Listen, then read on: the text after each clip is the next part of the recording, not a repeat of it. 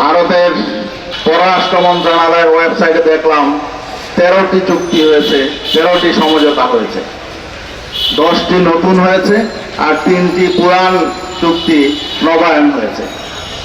এর মধ্যে কিছু বিষয় নিয়ে আলোচনা হচ্ছে, বিশেষ করে রেল ট্রানজিট নিয়ে বেশি আলোচনা হচ্ছে, কিন্তু এর বাইরেও আরো স্পর্শকাতর বেশ কিছু বিষয় আছে যেগুলো নিয়ে খুব একটা আলোচনা হয় না।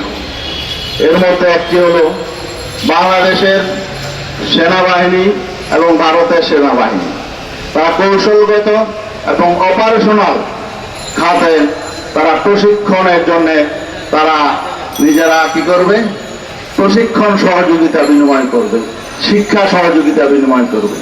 তো বাংলাদেশের সেনাবাহিনী ভারতের সেনাবাহিনীর কাছ থেকে কি শিখবে, কেন শিখবে? ভারতের বাংলাদেশের নিরাপত্তার জন্য সমস্যা কি এটা আমরা সবাই জানি, কারা সমস্যা এটা আমরা সবাই জানি।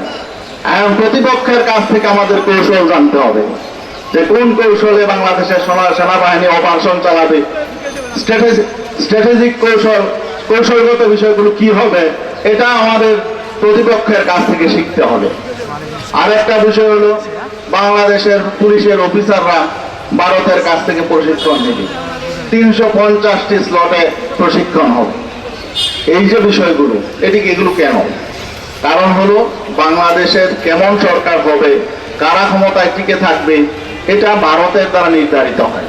আর বাংলাদেশের সরকার টিকিয়ে রাখে 250টিরও বেশি ডিজাইন অপশন নিয়ে ওয়ালটন স্মার্ট ফ্রিজ, বোঝে আপনার প্রয়োজন। পুলিশ এজন্য জনগণের প্রয়োজন নাই, জনগণ কোন দিকে যাবে প্রয়োজন নাই। সেনাবাহিনীকে প্রশিক্ষণ দিবে, পুলিশকে প্রশিক্ষণ দিবে। ভারতের চিন্তা, ভারতের পরিকল্পনা বাস্তবায়নের জন্য আর কিছু প্রয়োজন নাই।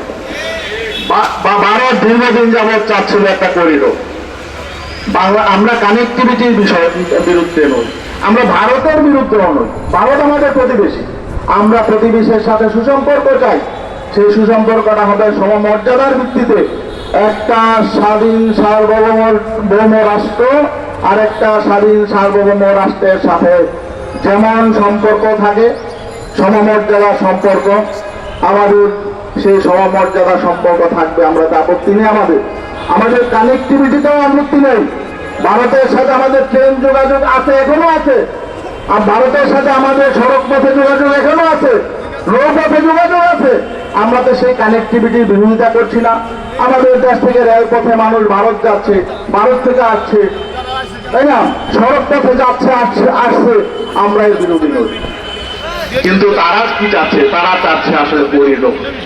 আজকে আমাদের দেশের মন্ত্রীরা এক একজন এক এক রকম কথা বলে। আমাদের তথ্যমন্ত্রী একটা ব্যাখ্যা দিলেন, এই চুক্তিকে সামনে রেখে বলেছেন অনেক ধরনের ফজিলত উনি বয়ান করলেন। কি বললেন? যে এই রেলের মাধ্যমে আমরা কি বাংলাদেশ থেকে নেপাল যাব, ভুটান যাব, এই সমস্ত কথা বললেন। মিথ্যা কথা। চুক্তিতে কোথাও নেপাল ভুটানের কথা নেই। আছে হলো ভারত থেকে ট্রেন, এখন যে দর্শনা এবং সেই চিলাই বন্দর থেকে ট্রেন যেটা যাচ্ছে, এটা যাবে হলো ভারতের বাংলাদেশের উপর দিয়ে যাবে, বাংলাদেশের উপর দিয়ে যাবে। সেটা ওখানে ভুটানের নিকটবর্তী একটা স্টেশন আছে ভারতের, দলিগাঁও নাকি দালাগাঁও একটা স্টেশন, সেই পর্যন্ত যাবে। তো সেখানে ভুটানের কথা বলে, ভুটান যাবে না, নেপালও যাবে না, যাবে ভারত থেকে এসে আবার বাংলাদেশের ভিতর দিয়ে ভারতের একটা অঞ্চল থেকে আরেকটা অঞ্চলে যাবে। এটা তো করিডোর। আমরা এটার বিরোধিতা করছি। কেন বিরোধিতা করছি? কারণ একটা স্বাধীন সার্বভৌম রাষ্ট্র আরেকটা রাষ্ট্রকে তার ভিতর দিয়ে করিডোর দিতে পারে না। আমরা দীর্ঘদিন যাবৎ আমরা 3 বিঘা করিডোর আমরা পাই নাই, অঙ্গরপোতা দহগ্রাম যাওয়ার জন্য আমরা পাই নাই, দীর্ঘদিন পর্যন্ত আমরা পাই নাই। অতএব ভারতকে এই করিডোর দিচ্ছে, আবার বিভিন্ন অসম চুক্তি করছে, আমাদের পুলিশদের ব্রেন ওয়াশ করার জন্য নানাবিধ চুক্তি করেছে। কেন করছে এগুলো? কারণ শেখ হাসিনা আজকে অসহায়, তার এসব চুক্তি ছাড়া ক্ষমতায় টিকে থাকার কোনো সুযোগ নাই, কারণ ভারত তাকে ক্ষমতায় এনেছে। অতএব ভারতকে সন্তুষ্ট রাখতে হবে।